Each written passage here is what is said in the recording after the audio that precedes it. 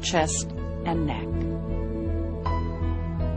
7-year-old John William also lies dead, stabbed 46 times. Once people accept being disarmed, they become surprisingly easy to control and to kill. They have surrendered not only their weapons, but their independence. When innocents are rendered so defenseless, the guilty can slaughter them with the most ordinary of weapons: a club, a knife, a pitchfork, or these.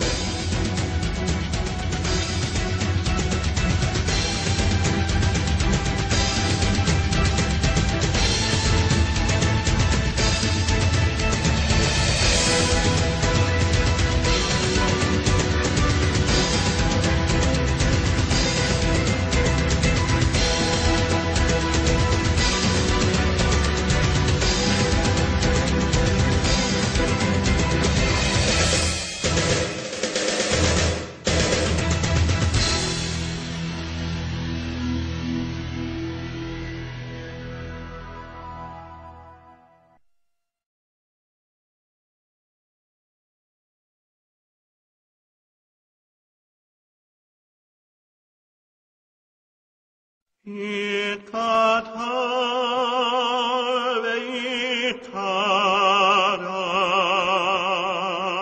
shemei rabba yolema diverachirutei yamlich malechutei bechayechon udeyamechon udechayeh dechol bet Yisrael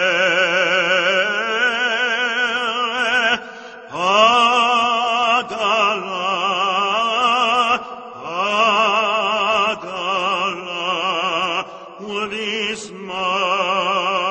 udisman karif ve'immeru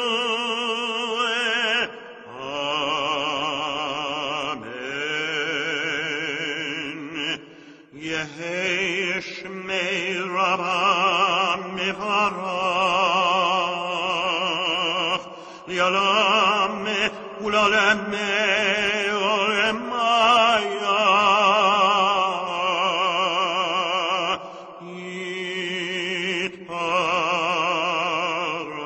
yitbarach yitbarach yishtabach mitpar mitromam mitnaseh yitatar neitale neitala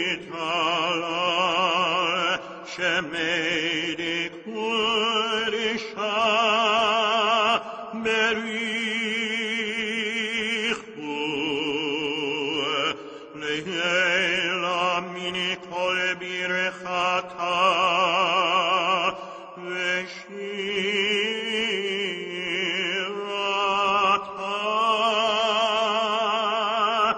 tush bechata benechamata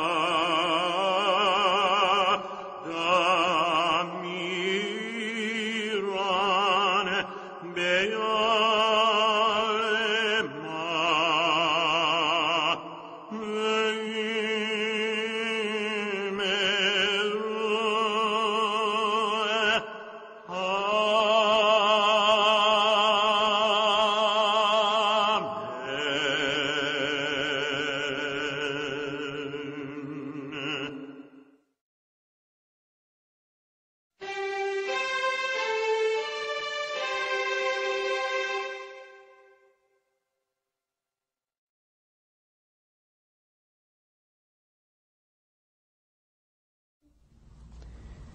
Some may consider the position of this film a little extreme.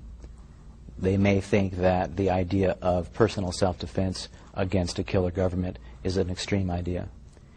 But in fact, if you look at the history of the world, and certainly the history of the 20th century, you look at the nations where the people had power, they weren't persecuted by their own government.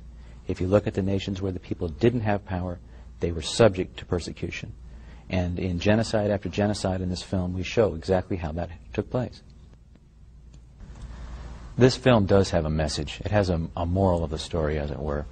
It's a connection of three ideas: betrayal of trust, vicious cowardice, and powerlessness of victims.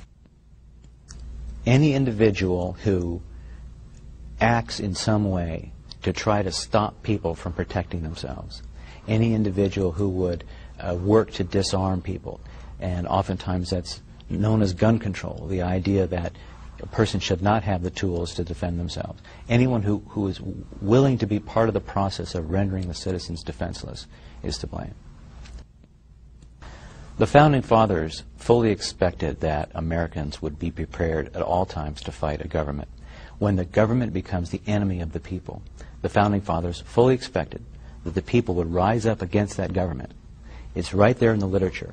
Alexander Hamilton wrote about it in Federalist Paper number 29. James Madison, considered the father of our Constitution, wrote about it in Federalist Paper number 46. They expressly expected that people would take to arms and stop a government that went too far. So they built into the Constitution the Second Amendment to be sure that Americans would never become the disarmed subjects of this government, to make sure this government never became a killer government, and to make sure that the scenes we saw in this film never could take place in America. Every American, maybe everyone in the world, but every American who has any interest at all in the future of a free nation, of a safe nation, of a prosperous nation, should also be a person who's interested in how to preserve that kind of nation. And the way to preserve that is to never give anybody more power than the people have. The warning sign on the horizon now is this drift in America and in Western civilization to downplaying the importance of self-defense, the downplaying that key value. And that's what this film is trying to get across, is that self-defense is the job of the individual. It's not the job of the authorities all the time. The individual ultimately has the duty and the right. And as we see Western civilization moving away from that, trying to centralize the defense of the society and take away the power from the people to do that, this movie shows the history of what happens to people who've been rendered powerless. There are about three things that we can't really do with this documentary.